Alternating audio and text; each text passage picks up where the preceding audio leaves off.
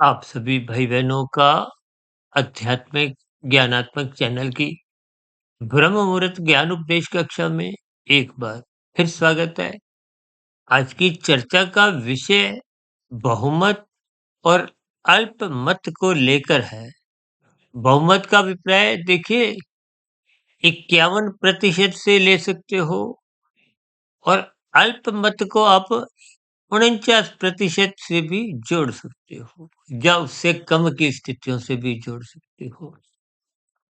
देखिए, ये बहुत ही साधारण परिस्थितियों में आज की स्थितियों को हम कारण शरीर में बने हुए स्वभाव और संस्कार से जोड़कर प्रकृति के 3 गुणों की स्थितियाँ तमोगुण, रजोगुण और सतोगुण को आपके हमारे जो 3 शरीर हैं, स्थूल शरीर, सूक्ष्म शरीर, कारण शरीर, इन सभी स्थितियों पर हम सैद्धांतिक रूप से लगभग प्रतिदिन ब्रह्म मुहूर्त ज्ञान उपदेश कक्षा में कहीं न कहीं इन पर कुछ न कुछ विषय उठाते हुए इन पर चर्चा रखते हैं कि पिछले कुछ समय से भारत में, दिल्ली में तो विशेष स्तर पर कुछ राजनीतिक माहौल कुछ ऐसा बन चुका है। अब तो देखिए सरकार का भी गठन हो चुका है। तो ये बहुमत और अल्पमत की स्थितियों का विशेष स्तर पर अक्सर बोलने में आती है कि उस दल विशेष को बहुमत हासिल हो गया, तो उसकी सरकार बन जाती है। ये बहुमत का अभिप्राय देखिए 51% या उससे अधिक की स्थिति से है और अल्पमत का अभिप्राय ये 49 या उससे कम के अनुपात से है। इन स्थितियों को यानी कि राजनीतिक गलियारों में भी ये अक्सर आप देखते ही हो ना कि वहां सरकार बन गई, कहीं सरकार गिर गई। इसका अभिप्राय क्या?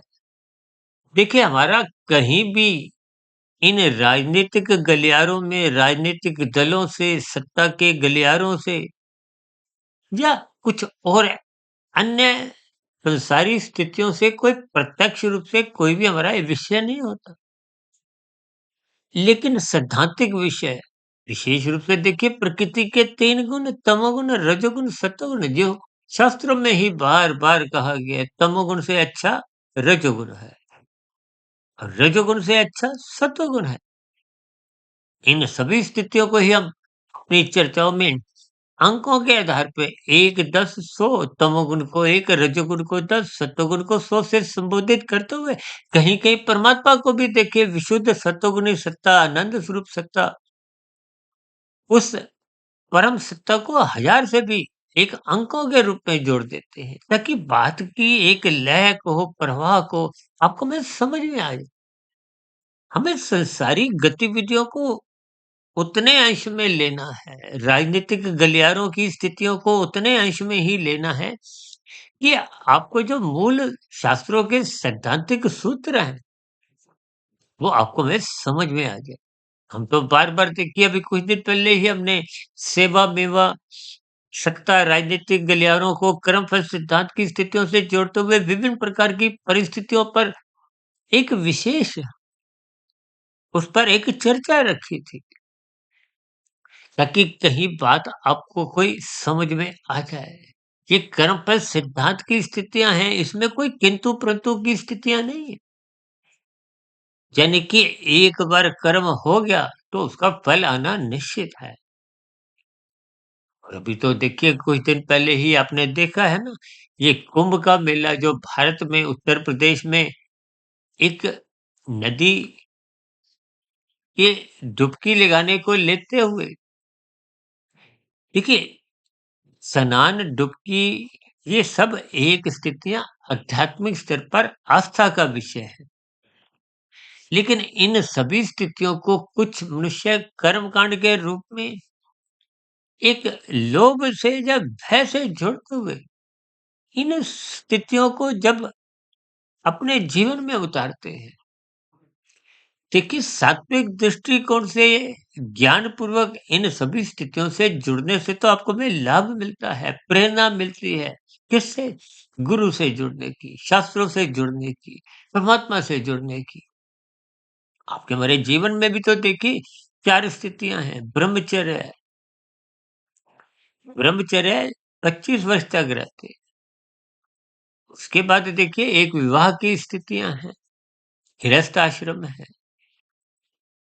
फिर आपका एक वानप्रस्थ की स्थितियाँ हैं, फिर वानप्रस्थ के बाद सन्यास की स्थिति है। इनके बहुत ही गहरे अर्थ होते हैं। मनुष्य अर्थों को समझता नहीं है, अर्थों से फिर भावार्थ की स्थितियाँ तो वो दूर-दूर तक उसके समझ में आ नहीं पाती।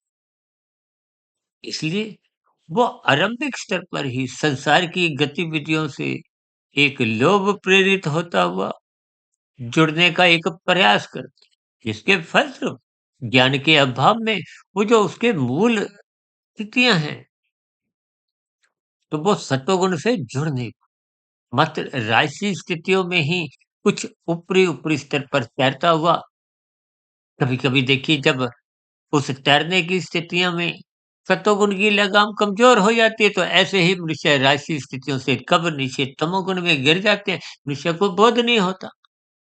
हम तो बार-बार कहते रहते हैं ना कि आपके हमारे जीवन में जितने भी कर्म होते हैं, उन होने वाले कर्मों के पीछे आपका हमारा चिंतन होता है। चिंतन के पीछे संस्कार की स्थितियाँ होती हैं और उस स्थिति विशेष में ही जो आप जिस दृष्टिकोण से आप लाभ समझते हो, देखिए जब-जब लाभ 51% आपको नज़र आता है, वो अच्छा काम है, बुरा काम है, आप और हम कर जाते हैं। आज मनुष्य देखिए सिगरेट पीने में, शराब का सेवन करने में, ये गुटखा, तम्बाकू खाने में भी उस स्थिति विशेष से पूर्व उसको लाभ दिखता है। लाभ का अभिप्राय वहाँ सुख से है। उस सुख के पीछे जो छिपा हुआ दुःख है, वो नज़र नहीं आता। भले ही डब्बी पे, उस गुटखे के रैपर पे वैधानिक चेतावनी दी गई हो, ये मुँह का एक कैंसर का रोग या विभिन्न प्रकार के दुखदायी स्थितियाँ उत्पन्न करता है। ऐसे ही देखिए शराब के बोतल पे भी कुछ ऐसे ही लिखा होता है, सिगरेट की डब्बी पे भी कुछ लिखा होता है और शास्त्रों में तो स्पष्ट शब्दों में कहा गया है, तमोगुण की निंदा करो, तमोगुण की निंदा करो। या निंदा का अभिप्राय देखिए उस निषेधात्मक स्थितियों से है जिसमें शास्त्र तुम्हें मना करते हैं। ये जो 51-49 का जो एक मूल अर्थ है, ये उस समय विशेष में लिया गया आपका हमारा एक निर्णय की स्थितियाँ हैं। देखिए, आपके हमारे कार्य शरीर में तो 51-49% की जो एक स्थितियाँ जब होती हैं, देखिए जब अच्छे संस्कार होते हैं, वो जब बहुमत के तल पे होते हैं, बहुमत का अभिप्राय सरकार से है, स्वभाव से है, संस्कार, स्वभाव, यही भी देखिए बात की काय को इसके पृष्ठभूमि में स्थिति को अपने समझना है। आपके हमारे जीवन में भी लगभग 90% कर्म वही होते हैं जिसका आपके हमारे कार्य शरीर में स्वभाव बन चुका है। यूँ तो देखिए तकनीकी रूप से अक्सर हम अपनी चर्चाओं में स्थूल शरीर के स्तर पर आदतों को एक आंशिक स्वभाव का एक शब्दों के रूप में बोल देते हैं। और यही जब मन बुद्धि की स्वीकृति यानी कि सूक्ष्म शरीर के स्तर पर ये स्थितियाँ बन जाती हैं, तो उसको हम स्वभाव कह देते हैं। और यही स्वभाव जब सूक्ष्म शरीर से गहरे तल पे कारण शरीर में एक संस्कार का रूप, वासना रूपी स्थिति बना लेता है। देखिए, एक अच्छे संस्कार को बनाने में पूरा जीवन छोटा पड़ जाता है। एक बुरे संस्कार को मिटाने में भी ये जीवन छोटा पड़ जाता है। जैसे संसद में, विधानसभा में जिस राजनीतिक दल की देखिए 50% से अधिक यानी कि ये 51% या उससे अधिक की स्थितियाँ संख्या के स्तर पर सदस्यों की स्थितियाँ होती हैं, उसी की ही सरकार बनती है, उसी के ही कायदे कानून बनते हैं, उन्हीं के ही दिशा निर्देशों में एक साधारण मनुष्यों के जीवन में वो वैसी-वैसी स्थितियाँ उपलब्ध करवाई जाती हैं।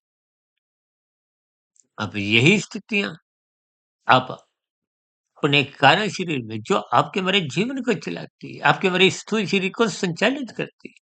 देखिए स्थूल शरीर को संचालित करता है मन बुद्धि, जो कि सूक्ष्म शरीर का हिस्सा है। देखिए ये ब्रह्मांड 24 तत्वों का है। 3 गुण इसमें नित्य रहते हैं। या सरल शब्दों में यूं को कि 3 गुण, तमोगुण, रजोगुण, सतोगुण, इनको एक तत्व माना जाता है। इन 3 गुणों से 23 तत्वों में इसका पसारा है, परिवार है। ये संसार, जगत, प्रकृति का एक प्रवाह है। यानी कि ये 24 तत्वों का एक ब्रह्मांड है। और उस ब्रह्मांड का ही आप और हम सब एक छोटे-छोटे, छोटे-छोटे पिंड हैं। चाहे मनुष्य जीवन में हो, चाहे पेड़-पौधे की, कीड़े-मकोड़े की, कीट-पतंगे, पक्षी, पशु, देखिए सभी जीवात्माएँ, यानी कि जब शरीर के भीतर आत्मा होती है तो उसको जीवात्मा कहा जाता है। ये सभी स्थितियाँ को कुछ विशेष स्तर पर जाननी चाहिए। देखिए 84 लाख प्रकार की योनियों में महत्व केवल आपका और मेरा है। चाहे आप नागरिक हो, चाहे आप पदाधिकारी हो, चाहे आप व्यवसाय करता हो, उद्योगपति हो, खेल जगत के नामी-गिनामी खिलाड़ी हो, फ़िल्मी जगत के सुपरस्टार हो, मंत्री हो, प्रधानमंत्री हो, राष्ट्रपति हो, किसी भी पद पर हो, हम सब मनुष्य हैं। और मनुष्यों पे ये कर्म पर सिद्धांत, देखिए जब-जब आप जैसा-जैसा कर्म फल पाने की इच्छा से करते, कहते हैं ना जैसी करनी वैसी भरनी। भरनी का अभिप्राय क्या है? जैसे कर्म करोगे वैसा उसका फल आना निश्चित है। कर्म और फल में आने का देखिए एक समय अंतराल है। ये बीज पे निर्भर करता है। आप मोमबत्ती पे गैस के ऊपर अग्नि जल रही है, आप उँगली आगे करो तो आपकी उँगली उसी समय को एक ताप मिलेगा। अब ऐसी स्थितियों में तो अपने कर्म किया फल हाथों हाथ आ गया। लेकिन हमारे जीवन में ऐसे कितने ही कर्म हैं कि अच्छे कर्म, बुरे कर्म वो तो एक अलग स्थितियाँ हैं। कर्म और फल, देखिए कर्म फल सिद्धांत में कर्म फल शब्द इकट्ठे जुड़े हुए हैं। लेकिन कभी-कभी इनके फल आने में 1 जन्म नहीं, 10 जन्म नहीं, पता नहीं कितने जन्म लग जाते हैं। कभी-कभी मनुष्य तो ऐसे जघन्य अपराध भी कर जाता है, जिनके दुःख रूपी एक परिणाम वो मनुष्य योनि में भुगतने संभव ही नहीं है। ऐसा प्रकृति का विधान ही नहीं है। देखिए ना नीचे की योनियों के ऐसे कितने ही योनियों के नाम हैं, जिनको आप और हम सुनना भी पसंद नहीं करते। उनके नाम सुनते ही आपके ज़हन में, आपके मन बुद्धि के स्तर पर कंपन उठती है। उन योनियों के जीव भी कभी ना कभी आपके हमारे समान मनुष्य योनि में ही थे।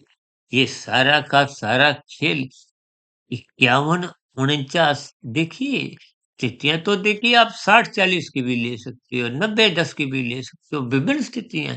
ये मात्र एक साधारण बहुमत और अल्पमत की स्थितियों को, क्योंकि राजनीतिक दलों की स्थितियों पर विशेष लोगों की रुचि बनी होती है, तो इसलिए मेरी कोशिश होती है कि शास्त्रीय बातों को कुछ चर्चित विषयों से उठाते हुए बात आपके ज़हन तक पहुँचाई जाए, ताकि मन बुद्धि में बात ज्ञानपूर्वक टिक जाए। टिका हुआ ज्ञान ही आपके हमारे जीवन में एक सकारात्मक परिवर्तन लाता है, जो तो भारत जैसे आध्यात्मिक देश में देखिए लगभग प्रतिदिन ही 1-2 शहरों में नहीं, 10-20 नहीं, सैकड़ों शहरों में प्रतिदिन भागवत पुराण की कथाएँ साप्ताहिक यज्ञ के रूप में चलती हैं। लाखों मनुष्य जुड़े रहते हैं और अब तो देखिए इनका सीधा प्रसारण टीवी के माध्यम से करोड़ों मनुष्यों को एक जोड़ देता है। लेकिन ज्ञान में स्थितियाँ आपके हमारे जीवन में देखिए, जब आप और हम अपने कर्तव्यों का पालन ही नहीं करते, हम बार-बार कहते हैं ना लाल बत्ती पे रुको, हरी बत्ती होने पे ही चलो। कितनी साधारण सी बात है, इसमें 1-2 मिनट की स्थितियाँ ही होती हैं। लेकिन मनुष्य इसमें भी विशेष रूप से देखिए युवा वर्ग में कुछ ऐसी स्थितियाँ जब जोश की होती है। अब जोश होने पे कभी-कभी देखिए होश की कमजोरी होती है। वो होश की कमजोरी ही एक ज्ञान की न्यूनता है। यानी ज्ञान की न्यूनता, सत्संग की कमजोरी, प्रकाश का अभाव, फिर ऐसी स्थितियों में आप उसको अल्प मत कहो। देखिए, जब-जब जैसी-जैसी स्थिति में आपके हमारे निर्णय हो जाते हैं, हालाँकि निर्णय तो देखिए बुद्धि लेती है, लेकिन बुद्धि की सात्विक स्थितियाँ जब तक रहती हैं तो उसमें विवेक शक्ति होती है। तो विवेक शक्ति निर्णय लेने में सक्षम है, वो मन को अपने नियंत्रण में रखती है। लेकिन व्यवहार में देखिए ये जो 51-49% का जो एक मैंने सूत्र दिया है, अब गुटखा खाने वाले के भी देखिए बुद्धि तो वो पढ़ा लिखा है, सिगरेट पीता है, शराब मांसाहार का सेवन करता है और कहीं-कहीं तो देखिए ये जो अभी हमने बताई ना लाल बत्ती पे भागने की स्थितियाँ और भी विभिन्न स्थितियों में देखिए ये तो एक सरल उदाहरण है इसलिए हम बार-बार देते रहते हैं। अन्यथा देखिए संसार में हमें देखिए जिस देश में भी आप रहते हो, वहाँ के कानूनों का पालन करना भी एक शास्त्रीय आदेश माना गया।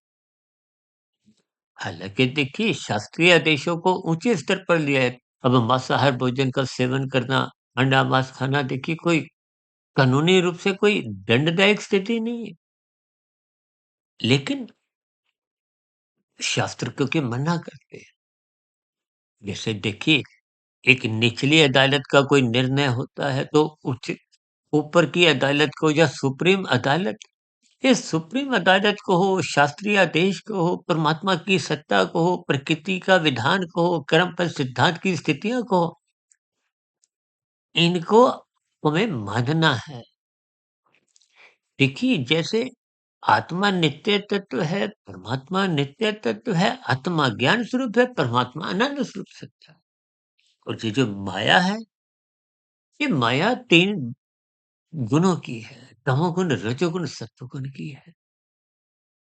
ये जड़ है, जड़, जड़ में अपने आप कोई क्रिया नहीं होती। तो संसारी भाषा में बोल दिया जाता है कि प्रकृति परिवर्तनशील है। ये प्रकृति के कण-कण में जो परिवर्तन आप देखते हो, वो परमात्मा की निर्गुण निराकार ब्रह्म शक्ति विद्यमान होने के कारण दिखती है। देखिए परमात्मा निर्गुण निराकार रहते हुए ही सर्वव्यापी हो सकता है। जैसे आपका मेरा देखिए ये जो हाथ नीचे ऊपर हिल रहा है ना, इसमें जगह है, काश है, स्पेस है, तभी तो हिल पाता है। लेकिन परमात्मा के लिए ऐसी कोई स्पेस नहीं है, कोई जगह नहीं है। यानी कि परमात्मा सर्वव्यापी है। अणु से अणु, परमाणु से परमाणु में कोई ऐसी सत्ता नहीं जहाँ परमात्मा की मौजूदगी नहीं हो। अब ऐसी स्थितियों में देखिए, इन सभी स्थितियों को जब आप सूक्ष्म स्तर पर समझोगे, तो फिर परमात्मा से जुड़ना आसान हो जाता है। तो बार-बार कहते हैं, कर्म कांडों को ज्ञानपूर्वक करो। ये आज 51 और 49% का हमने सूत्र इसलिए दिया है, ताकि कि हमारे जीवन में 51% की जो एक सात्विक स्थितियाँ हैं, सत्वगुण का संग है, ये निरंतर बना रहे। देखिए, नींद लेने के लिए तमोगुण का संग करना होता है। जब आप आराम करते हो तो स्थूल शरीर को पलंग पे, सोफे पे कहीं भी लेटा देते हो। रात को आप पलंग पे लेट जाते हो, नींद नहीं आती। नींद कब आती है? जब मन बुद्धि के स्तर पर, सूक्ष्म शरीर के स्तर पर भी अचेत स्थितियाँ बनने लगती हैं। यानी कि जब दोनों स्थितियाँ स्थूल शरीर, सूक्ष्म शरीर सोते हैं, सोते का मतलब यहाँ विचारों की स्थितियाँ, स्थूल शरीर के स्तर पर क्रियाएँ बंद होना, तो आपको में नींद आती है। नींद की निंदा नहीं, आपका तुम्हारा शरीर भी तो देखिए पृथ्वी, जल, अग्नि, वायु, आकाश का बना है। ये भी तामसी है।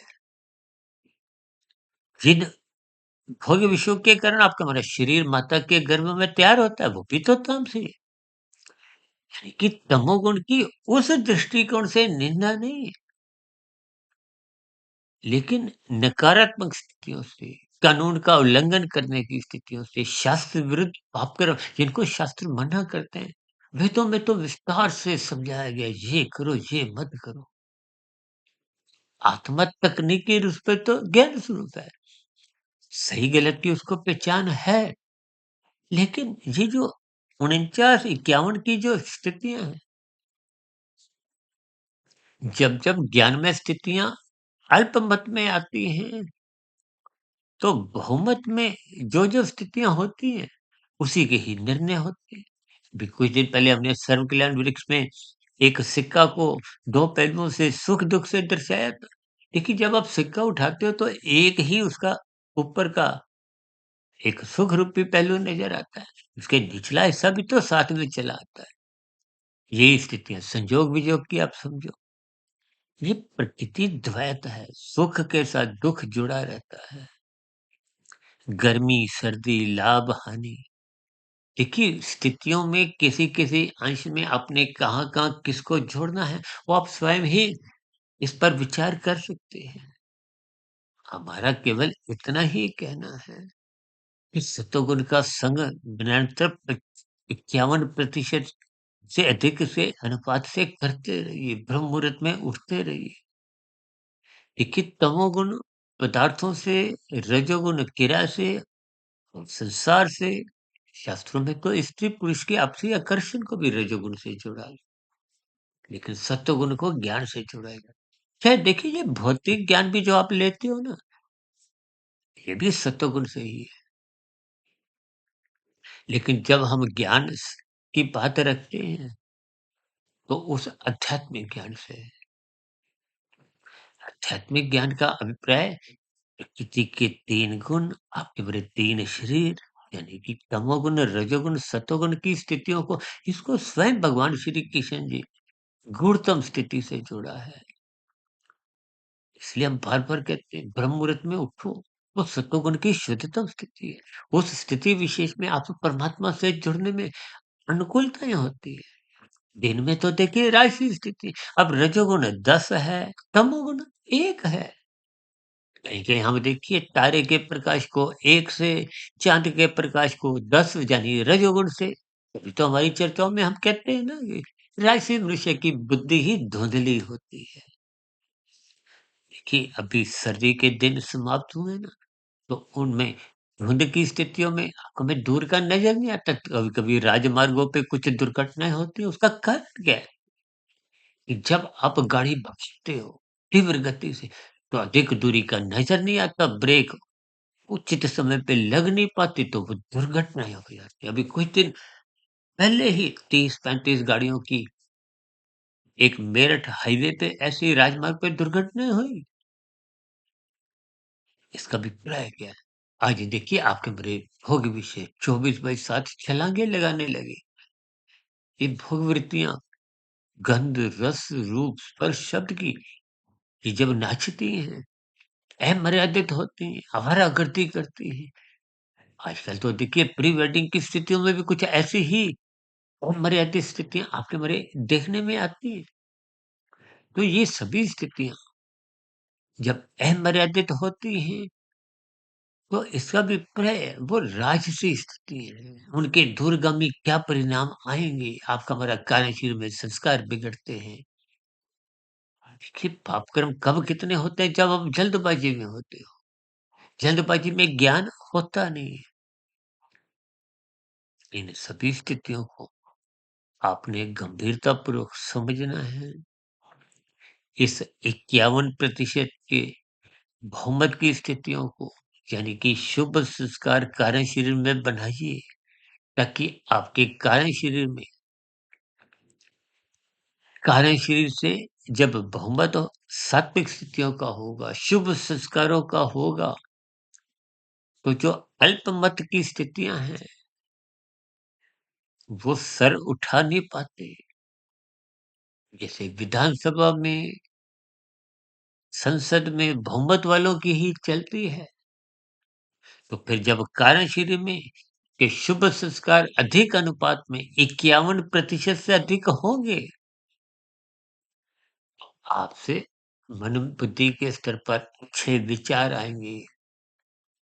वो अच्छे विचार ही स्थूल शरीर की कर्मेंद्रियों द्वारा शुभ कर्म करवाएंगे। और जब ये 51% से अधिक, देखिए 75-80% के शुभ संस्कार बन जाएंगे।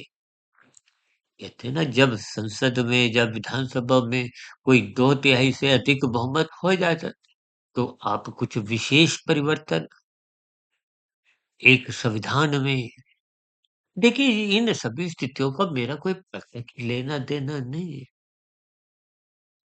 कि बात अब मैं जो आपको समझाने जा रहा हूँ, वो कर्म योग, ज्ञान योग, भक्ति योग की स्थितियां हैं। यानी कि वो विशेष स्थितियां जब निष्काम भाव से कर्म होते हैं, तो कर्म योग की स्थितियां होती हैं। ये तो तभी होती है ना, जब कार्य शरीर में 75, 80, 90% शुभ संस्कार बनने की स्थितियां होने लगती हैं। देखिए जैसे जैसे बहुमत मजबूत होता है, हमारे निर्णय सात्विक होते हैं। वो फिर कर्म जो, देखिए आरंभिक स्तर पर मनुष्य पाप कर्मों से बहता हुआ हिचकता नहीं है। फिर धीरे धीरे राजसी स्थितियों में वो पाप कर्म करना छोड़ देता, और सात्विक स्थितियों में वो पाप कर्म तो छोड़ता ही है, परोपकार के कार्य भी करता है। परोपकार के कार्य, दान पुण्य की स्थितियां में अपने आप को स्थित करता है। काम भाव से, फल पाने की इच्छा से, संसार को पाने की इच्छा से। और यही जब शुभ संस्कार 60, 70, 80% होने लगते हैं, तो फिर कर्मयोग यानी कि दान पुण्य के कार्य, परोपकार के कार्य निष्काम भाव से होते हैं। फल पाने की इच्छा नहीं होती, संसार को पाने की, भोगने की, बड़े से बड़े पद पाने की भी कोई इच्छा नहीं होती। ये सभी स्थितियां देखिए, हम परमात्मा की प्रेरणा से, गुरुओं के आशीर्वाद से, ब्रह्म मुहूर्त समय विशेष में इन सभी स्थितियों पर प्रकाश डालने का प्रयास करते हैं। जैसी जैसी कुछ स्थितियां मुझे प्रेरित करती हैं, मैं प्रकृति के 3 गुणों की दिशा को, आपके मेरे 3 शरीर, स्थूल शरीर, सूक्ष्म शरीर, कारण शरीर, इन पर कुछ तर्क संगत एक विश्लेषण करने का प्रयास करते हैं। देखिए देखिए कारण शरीर जितना शुद्ध हो जाएगा, तो आत्मा पे, आत्मा तो पहले ही चेतन सत्ता आत्म ज्ञान स्वरूप है। आत्मा ज्ञान स्वरूप होने से उसकी परमात्मा की सुमुखता बनी रहती है, परमात्मा आनंद स्वरूप सकता है। बस इतनी सी बात आपको समझ लेनी है कि जब आपकी परमात्मा की सुमुखता बन जाएगी, तो आनंदमय स्थितियां, परमात्मा के आनंद की झलकें मिलने लगती, मांगना नहीं पड़ता। और जब ये विमुखता बन जाती है, तो फिर संसार में परमात्मा से विमुखता यानी कि आनंद की स्थितियां समाप्त। तो फिर संसार के समुखता जैसी जैसी स्थिति में होती है, तमोगुण का संग करते हो तो कुछ पदार्थों की स्थिति है, रजोगुण का संग करते हो तो कुछ संसारी प्रलोभनों की विशेष अनुकूल स्थितियां मिलती हैं। देखिए इन सभी स्थितियों को आप जितना जितना कर्मबद्ध समझोगे, इसलिए आज हमने देखिए 51% और 49% को आधार में लेते हुए बहुमत अल्पमत की स्थितियों को बहुत ही सामान्य स्तर से उठाते उठाते, लेकिन जब आप 100% मायातीत की स्थिति को प्राप्त हो जाते हो, तो इसका अभिप्राय क्या है कि 100% शुभ संस्कार, 100%, फिर वो मायातीत की स्थिति है। कारण शरीर के मायातीत होते ही, यानी कि स्थूल शरीर के रहते रहते वो मायातीत की स्थिति बनती है, तो स्थूल शरीर की मृत्यु के बाद वो जन्म मरण के बंधन, 84 लाख की जोनियां, वो सब समाप्त। क्यों? क्योंकि कार्यशरीर की बाध्यता नहीं है। फिर ऐसी स्थिति में वहाँ पे जो 3 शरीरों के बंधन थे, स्थूल शरीर, सूक्ष्म शरीर, कार्य शरीर। देखिए कार्य शरीर का बंधन ही में मुख्य रूप से बंधन है। स्थूल शरीर का बंधन तो बिना प्रयासों के, अपराधियों के, पापियों के भी समाप्त होते हैं। मृत्यु तो सबको आती है, लेकिन एक बंधन समाप्त होता है तो दूसरा बंधन आरंभ हो जाता है। एक बार हमने वीडियो बनाई थी बहुत बड़ी, मनुष्य के मरने के बाद का अगला जन्म। लगभग 5 वर्ष पहले हमने पौने 3 घंटे की वीडियो में हमने विस्तार से उन सभी स्थितियों पर चर्चा रखी थी। आज की चर्चा विशेष को 51-49% की विशेष स्थितियों से जोड़ते हुए कुछ विशेष सात्विक स्थितियां बनाने की, उन्हें आपको कुछ स्थितियां समझाई है, ताकि गुणों के संग के आधार पे, जैसे आप भौतिक जगत में लाभदायक स्थितियां ढूंढते हो, ठीक ये भौतिक की स्थितियां, सतोगुण की स्थितियां, ब्रह्म मुहूर्त में उठने की स्थितियां निरंतर बढ़ाते रहिए। निश्चित रूप से इन सभी स्थितियों का एक लाभदायक परिणाम मिलने लगेंगे। स्थूल शरीर की मृत्यु के बाद भी यदि हम मायातीत की स्थिति को प्राप्त नहीं भी होते, तो उस दिशा की ओर चलते हुए कम से कम हम अधोगति की स्थितियों से, ये नीचे की जो दंडमयी 80 लाख प्रकार की जोनियां हैं, उनमें गिरने से, उनमें जाने से बच जाते हैं। इन सभी स्थितियों पर आप भी चिंतन कीजिए।